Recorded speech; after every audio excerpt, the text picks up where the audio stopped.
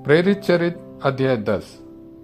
दूसरे दिन वह उनके साथ चल दिया और योप्पे के कुछ भाई भी उनके साथ हो लिए। वह अगले दिन कैसरिया पहुंचा। कर्नेलियुस अपने संबंधियों और घनिष्ठ मित्रों को बुलाकर उन लोगों की प्रतीक्षा कर रहा था। जब पेतरुस उनके यहाँ आया तो कर्नेलियुस उससे मिला और उसने पेतरुस के चरणों पर गिरकर उसे प्रणाम किया। किंतु पेतरुस ने उसे यह कहते हुए उठाया, खड़े हो जाइए, मैं भी तो मनुष्य हूं। और उसके साथ बातचीत करते हुए घर में प्रवेश किया। वहां बहुत से लोगों को एकत्र देखकर पेतरुस ने उनसे यह कहा, आप जानते हैं कि गैर यहूदी से संपर्क रखना या उसके घर में प्रवेश करना यहूदी के लिए सख्त मना है।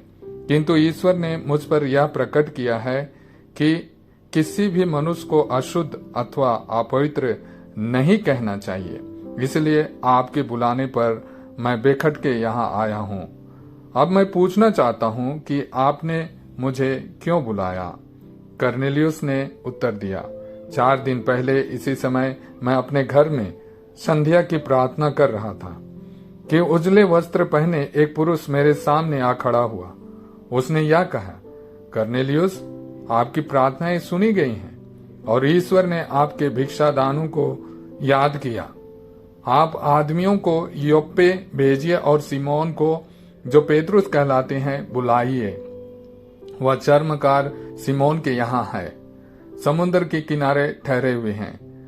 मैंने आपको तुरंत बुला भेजा और आपने पधारने की कृपा की है। ईश्वर ने आपको जो जो आदेश दिए हैं उन्हें सुनने के लिए हम सब यहाँ आपके सामने उपस्थित हैं। पेतरुस ने कहा, मैं अब अच्छी तरह समझ गया कि ईश्वर किसी के साथ पक्षपात नहीं करता। मनुष्य किसी भी राष्ट्र का क्यों ना हो, यदि वह ईश्वर पर श्रद्धा रखकर धर्म आचरण करता है तो वह ईश्वर का कृपा पात्र बन जाता है। ईश्वर ने इस्राएलियों को अपना संदेश भेजा और हमें ईसा मसीह द्वारा, जो सबों के प्रभु हैं, शांति का सुसमाचार सुनाया। नाजरेत के ईसा के विषय में यहूदिया भर में जो कुछ हुआ उसे आप लोग जानते हैं। वह सब गलीलिया में प्रारंभ हुआ, उस बपतिस्मा के बाद जिसका प्रचार यूहन्ना किया था। ईश्वर ने ईसा को पवित्र आत्मा और सामर्थ्य से विभूषित किया और वह चारों ओर घूम घूम कर भलाई करते रहे और शैतान के वश में आए हुए लोगों को चंगा करते रहे, क्योंकि ईश्वर उनके साथ था। उन्होंने जो कुछ यहूदिया देश में और यरूशलेम में किया उसके साक्षी हम हैं।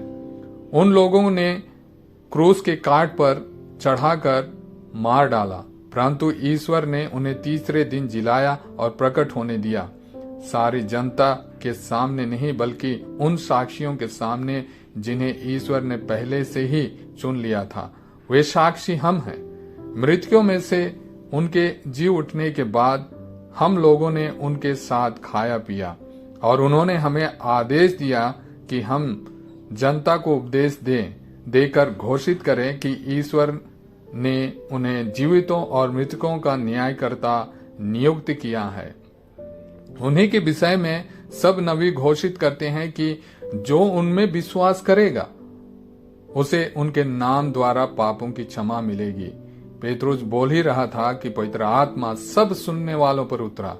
पेतरुस के साथ आए हुए यहूदी विश्वासी यह देखकर चकित रह गए कि गैर यहूदियों को भी पवित्र आत्मा का वरदान मिला है, क्योंकि वे गैर यहूदियों को भिन्न भिन्न भाषाएं बोलते और ईश्वर की स्तुति करते सुन रहे थे। तब पेतरुस ने कहा, इन लोगों को हमारे ही समान पवित्र आत्मा का वरदान मिला है, तो क्या कोई इन्हें बपतिस्मा का जल देने से इनकार कर सकता है? और उसने उन्हें ईसा मसीह के नाम पर बपतिस्मा देने का आदेश दिया। तब उन्होंने पेतरुस से यह कहते अनुरोध किया, आप कुछ दिन हमारे यहाँ ठहरिए।